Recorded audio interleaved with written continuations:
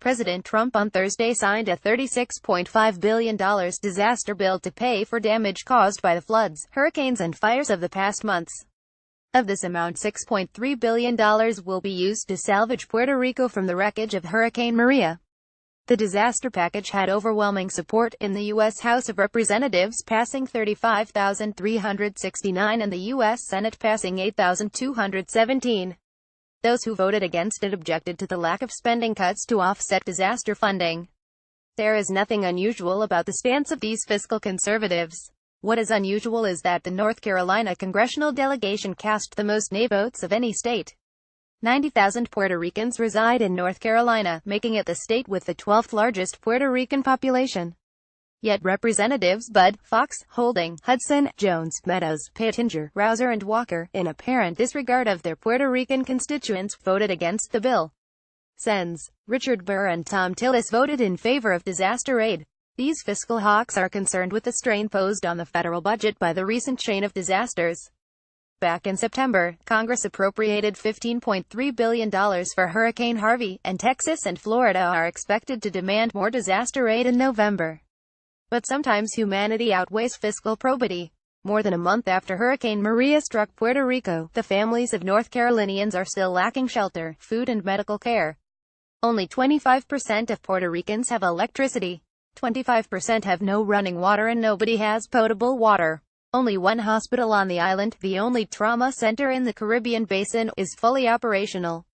Last week it suffered power outages and surgeons had to operate with flashlights. When there are not enough treatment facilities, chronic diseases become fatal. People have died in Puerto Rico because they could not receive dialysis treatment or their oxygen machines stopped working when the power went out. North Carolinians have already demonstrated the kind of generosity that has eluded their representatives by immediately extending a helping hand to Puerto Rico's 3.5 million American citizens.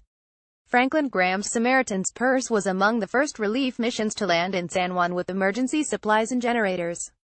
The group soon deployed to provide medical care to towns isolated by the hurricane.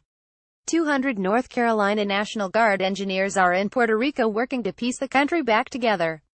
Gov. Roy Cooper sent 10 emergency management staff to join them in disaster response and recovery efforts.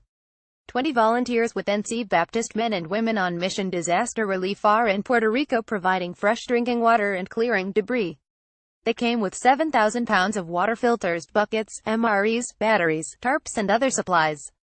North Carolina for Puerto Rico, a citizen group in the Triangle area, is shipping hundreds of thousands of pounds of donations to the island. Even Puerto Rican pets were welcomed in North Carolina.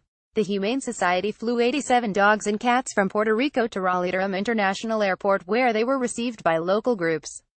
North Carolina's 9 representatives who voted no should learn from the example of these humane and generous citizens. I urge them to travel to Puerto Rico and witness the misery firsthand. This week's emergency package was the first installment for the relief and recovery of Puerto Rico.